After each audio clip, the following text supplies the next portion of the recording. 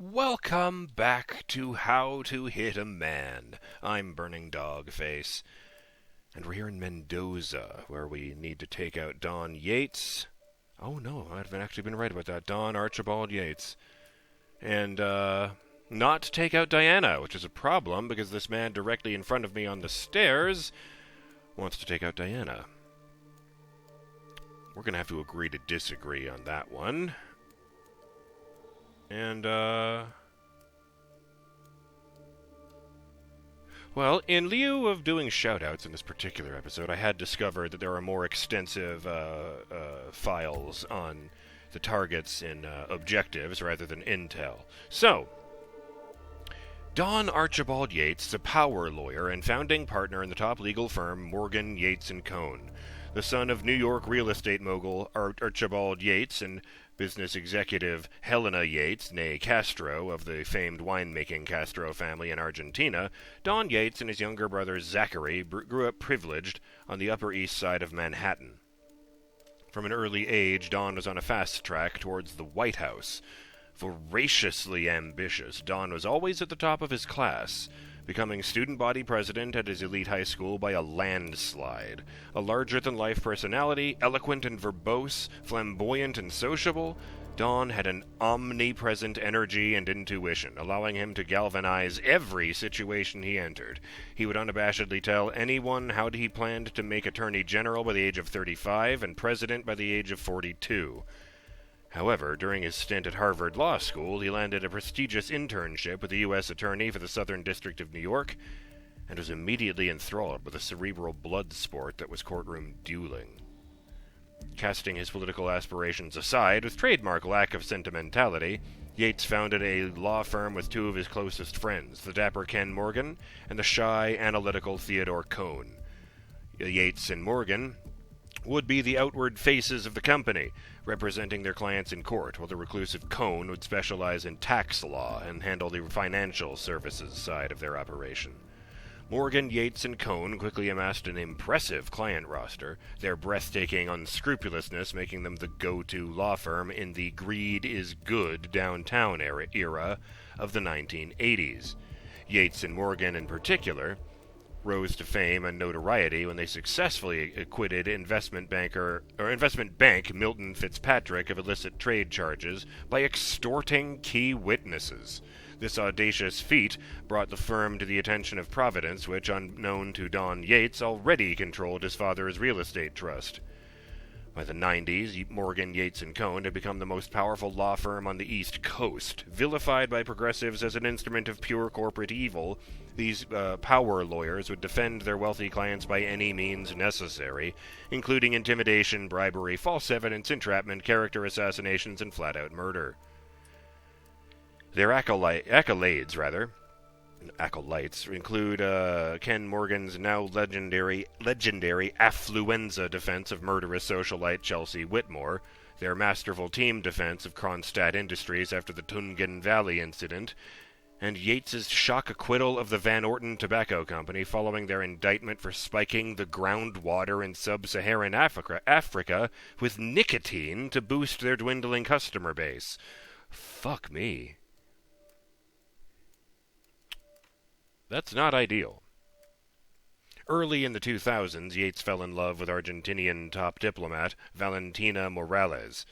Brilliant and equally ruthless in her pursuits, she and Yates have since enjoyed a long romantic and intellectual partnership.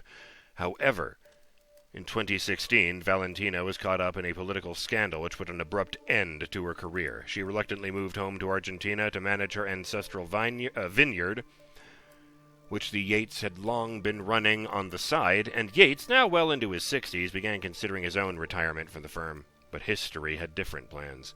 First came the unexpected death of Ken Morgan in Bangkok and the subsequent months of terror at the hands of Lucas Gray and his militia. Then, in the wake of his kidnapping at the Isle of Skye, Arthur Edwards approached Don Yates, indicating that a change in management may be imminent. Once the Providence partners were dead, Edwards would assume control of all Providence assets, and he offered Yates the position of constant in exchange for setting up Edwards' new supranational corporate entity. Supranational, oh dear.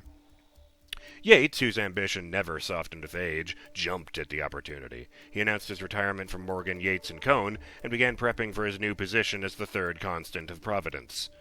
Don Cojones Yates is a shark of a man, elegant, charismatic, and deadly. His billion-dollar smile hides rows of jagged teeth. Although, yes, we did have this one. Although he is a man of words, he commands a powerful and intimidating presence. He is a man of refined taste and oratorical genius and master schemer, and he will stop at nothing to achieve his goal. And momentarily, the only person who stands in his way is Diana Burnwood. Any method, any disguise. Tamara Vidal is a Providence herald in charge of the South American territory. A CIA-trained surveillance expert and former political entrepreneur, she is one of the Constant's best and most trusted aides. Vidal was born to a German-Argentinian family in the early 1980s at a time when the country was moving out of chaos and into early democracy. Her intellectual upper-middle-class parents both worked in national intelligence, having actively participated in the Dirty War on the side of the juntas. From an early age, Vidal displayed an elitist view of the world. An extreme meritocrat, she believed in the rule of competence. Those born with superior skills and intellect should lead, the rest should follow, and questioning this natural and logical hierarchy only leads to chaos and decline. Vidal never had any doubts as to which tier she belonged. She studied geopolitics in the U.S. and spent some time at the Sherman Kent School for Intelligence Analysis, where her instructor called her the most gifted surveillance specialist of her generation. After graduation, Vidal disappeared into the murky underbelly of CIA Black Ops, and for the next decade, little intel exists.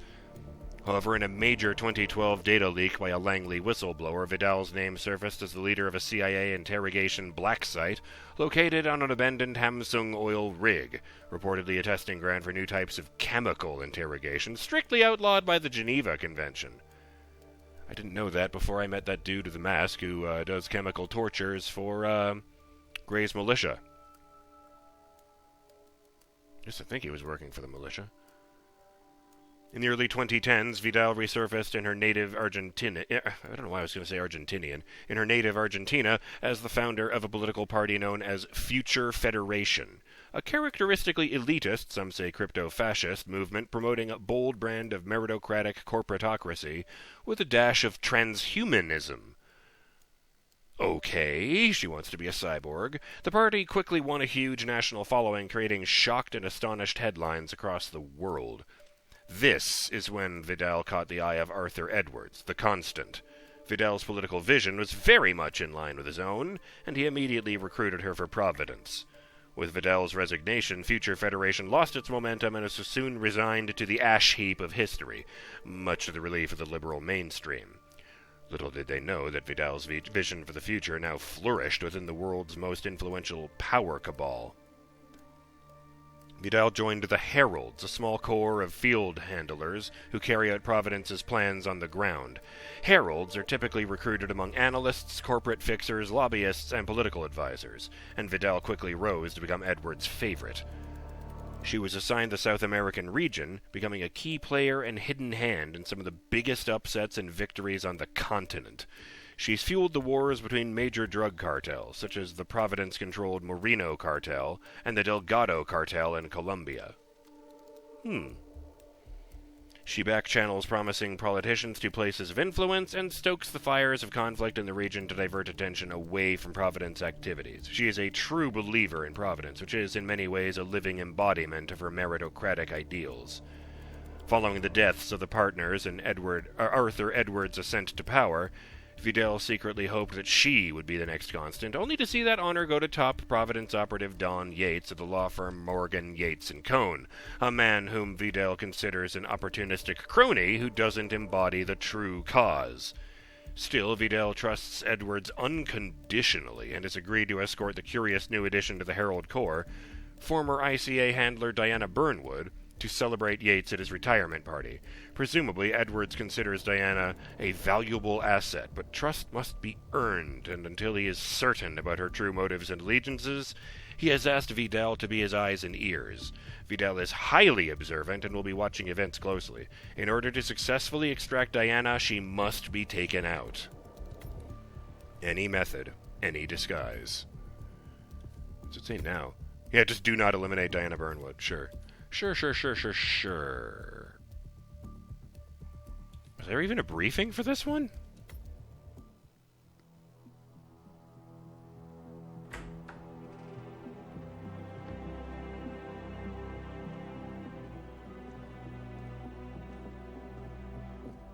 I found something. Buenos Aires International Airport this morning. Now watch this. Heralds. Trail ends at the airport, but turns out that a top Providence operative owns a vineyard in the area. Don Yates, of infamous New York law firm Morgan, Yates & Cohn. And get this, is hosting his retirement party today. She's infiltrated them. She's sending a message. She needs my help. Could have fooled me. You don't know her. Anyway, if you're going after her, you'll need to deal with the Herald. Her name's Tamara Vidal, former CIA asset and political firebrand. She's a master of surveillance and the Constant's most trusted aide. She'll have eyes everywhere. You won't get far as long as she's in the game. Why are you telling me this? I thought you were out. Yeah. Old habits, I guess. Anyway, I need to go. See you around, 47. No, you won't.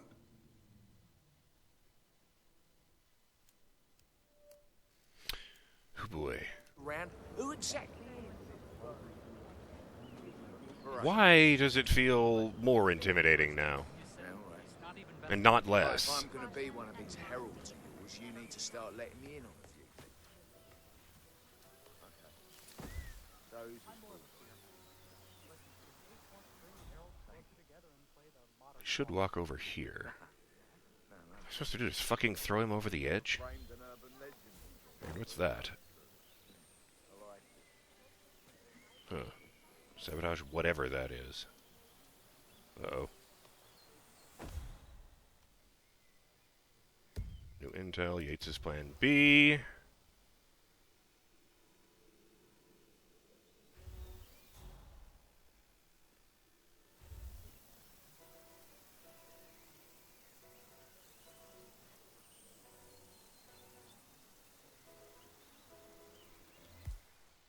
And me without a hammer or something.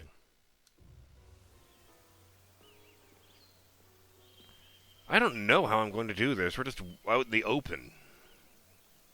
I don't even see where I could lure him with the coins or anything. I mean, I could probably throw him off the edge right there, but I don't think that would solve my problem. And to be perfectly honest, I'm not actually sure I can go there. Like, yeah, that looks like it's outside the map. Oh, boy. What? Suitcase? I didn't bring a suitcase. I didn't have anything smuggled in. I couldn't. Well, that is intriguing. Ooh, and a camera thing.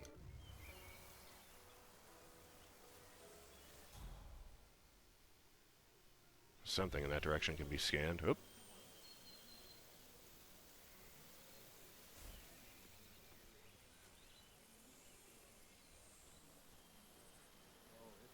Ooh.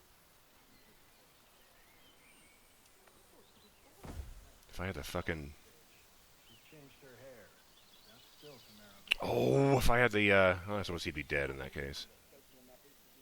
If I had the piano wire, I could just pull him in here.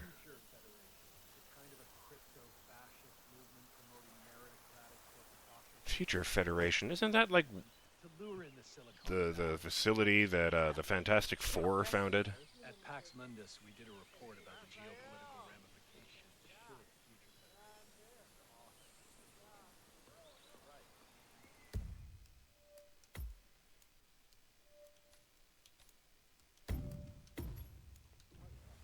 Damn, there's a guy right there. And that's a subdue. I can't, like, toss him down there and have him be removed. Couldn't even have the option to kill him there. Fucking getting flashbacks to Ocarina of Time. The guards who always just turn around for no reason in the middle of their patrol. Maybe I shouldn't just creep around like a weirdo.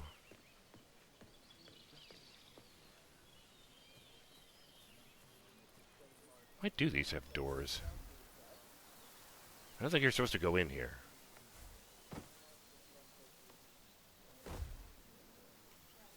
Hey? Okay, back to business as usual.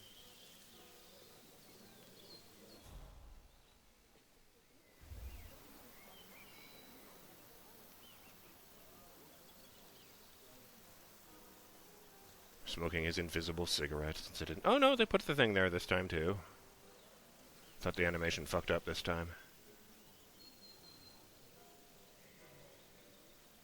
Like, fuck, he just came up here to take a smoke break. No, he's off that way. What the hell? I thought he was gonna go back down the stairs. Plus, he has good reason to be confident. He is Edward's closest legal advisor. Not even Thomas Cross or Eugene Cobb had a direct line of contact. Both of them are heralds. They got those pins. Yates is at the top of a very short list. So, how do you feel about Burn? How do you think? She and her friends Sup? killed Yamazaki, Cassidy, probably Bronson. How I guess he is in a holding pattern. But on the other hand, they attack all the time. Oh, maybe I can go down there.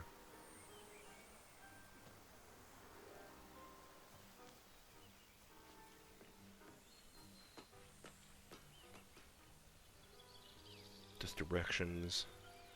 Yeah, I don't think he wants to fall down there. I mean, if I did throw him down there, he'd be dead, but I could throw him in that box. Hello? That looks like a crowbar. And while I'm just standing here... Ooh!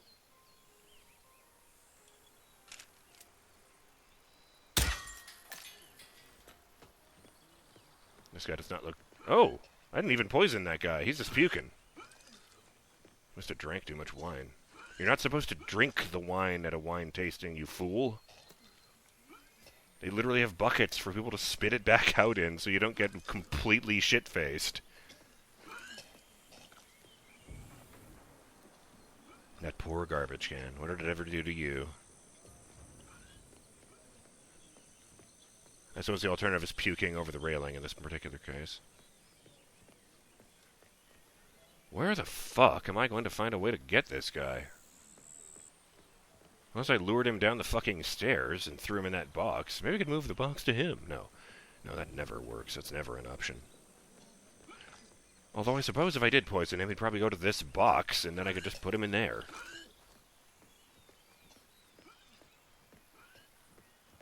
Yeah, I should be following him to see if he drinks anything.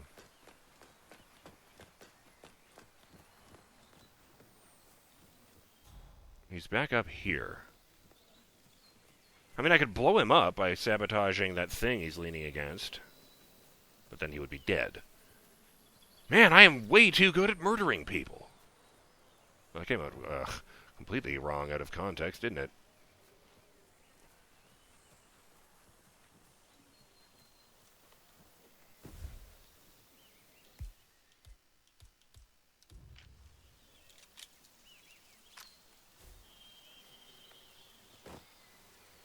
Like I can't vault here. Yeah, the cacti kind of gave that away.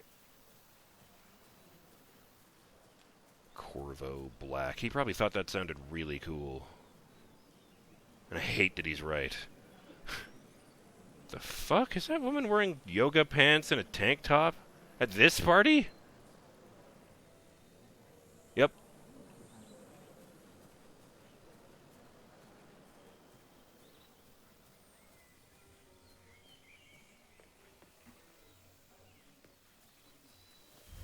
How am I going to do this?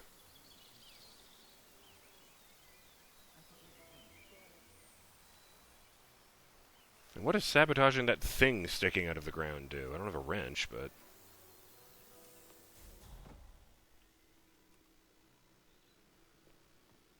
Alright, Corvo.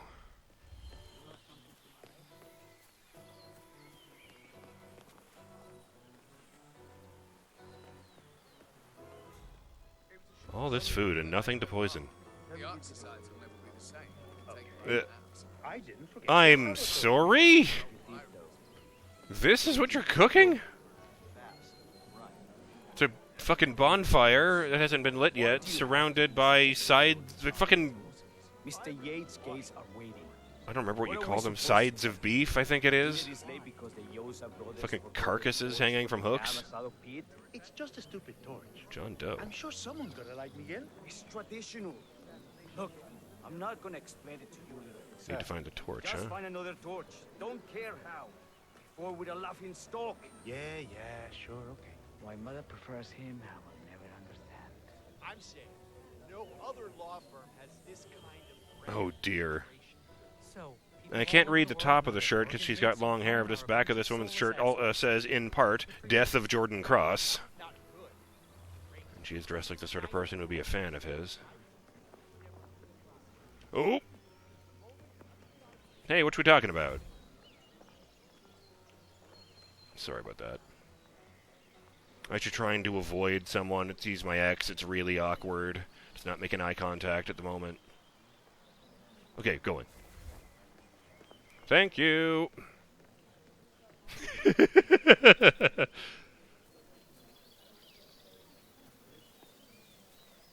Yeah, this game would be like effortless if 47 had like social skills.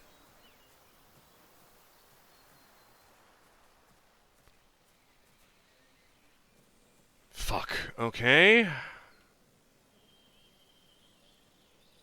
I need to find a wrench. There's no two bones about it. No.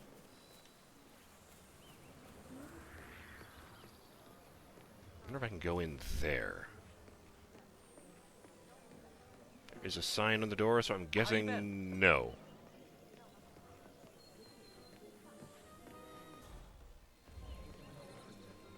Staff only. Gold personnel. Oh no, solo it's not in English, my bad. Can I go up there? I'm guessing not. There's a guard at the top of the stairs, but I will check. Almost made it onto the UNESCO World Heritage List.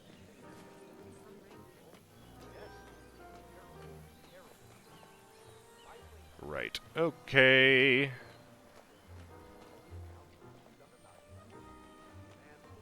Man, where am I going to take out anyone? CEO of Kronstadt. I dare say congratulations are in order. Close call, though. I was third in the line of succession, after Robert and Sierra Knox. But then the pesky Kronstadt Board of Directors decided to hire an outsider. Former chair of the Applied Science Division at Caltech, with a rep for being uncorruptible. With her at the helm, our friends would have lost control of Kronstadt altogether. Luckily for us, she went and wrapped her car around a tree. Brakes, apparently. That is fortuitous. Anyway, Kronstadt stays in the family, same as the other assets. So the heralds keep telling us. By their account, those terrorists barely made a scratch. You don't sound convinced. How are we to tell when we don't know who's who? No, I don't believe the Constant had this situation under control. I even hear he was kidnapped. He must have done something right. Wouldn't have been promoted to partner otherwise. I suppose. Don't really care either way. Providence paved my way, and I'm grateful, but I paid my dues. If they were to disappear, the sun would still rise tomorrow, and I would still be governor. I don't like these people. Like, they're not as immediately abhorrent as the guests in the island of Sgale, but... She is brilliant. Jesus Christ, I thought the bald guy there was the Constant for a moment. Oh, no, he's just balding. No.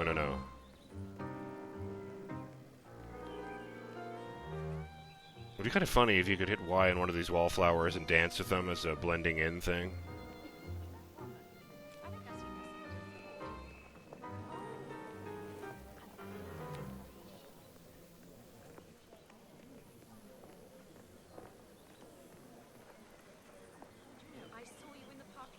I'll try the bathroom.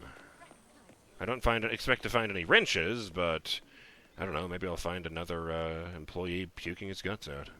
I don't think that other guy was an employee. I don't think it would have helped. It would just be in a black suit instead of a white one. Oop. Oh! Oh, fuck! That's where the thing lines up. I can actually scan the stupid QR code in universe.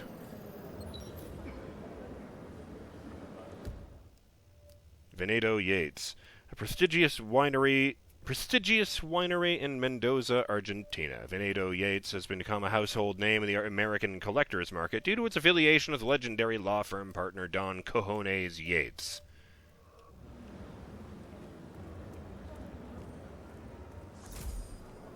QR code's 1 of 7.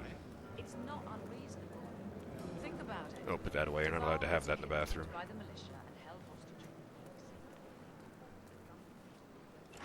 Banos. Bathroom. Are you an employee? I can't even tell. Oh, he's a guard!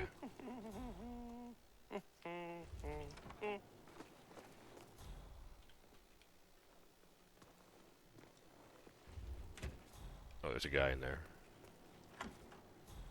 No fucking cabinets. It's unusual.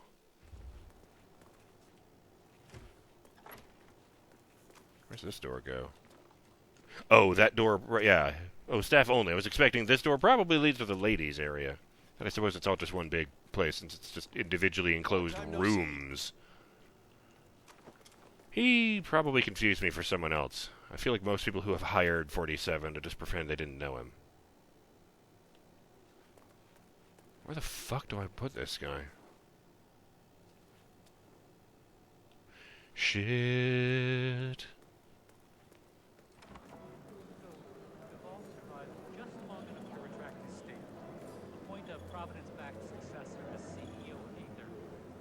Ah. Well, I can't go in that door, obviously.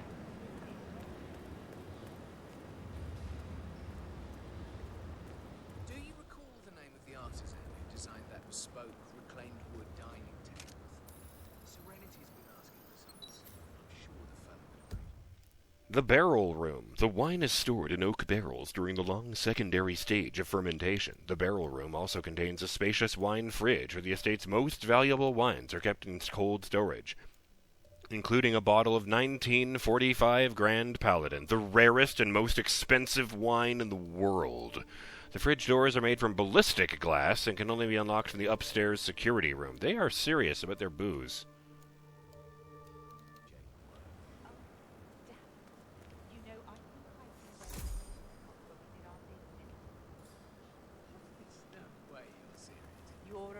There's got to be more to do. But, I guess I'll call it there. I'm BurningDogFace, and I will see you next time on How to Hit a Man when we keep trying to take out Corvo. Trying to find ourselves a costume. And, learn more about how despicable the people we're going up against are. This is not a door. How embarrassing. Ooh, ooh.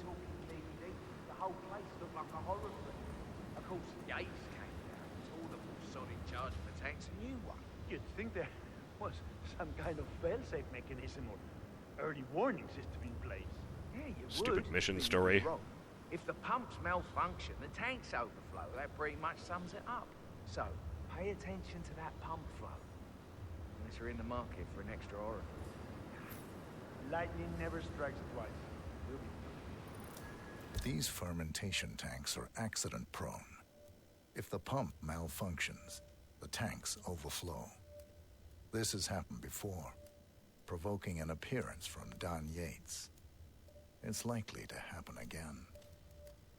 The large fermentation tanks are accident-prone. Apparently, if the central pump malfunctions, the tanks will overflow. Sabotaging the pump is sure to draw Yates' attention. That's good to know. That's not the right one. This is... See you next time, Burning Dog fans. Later!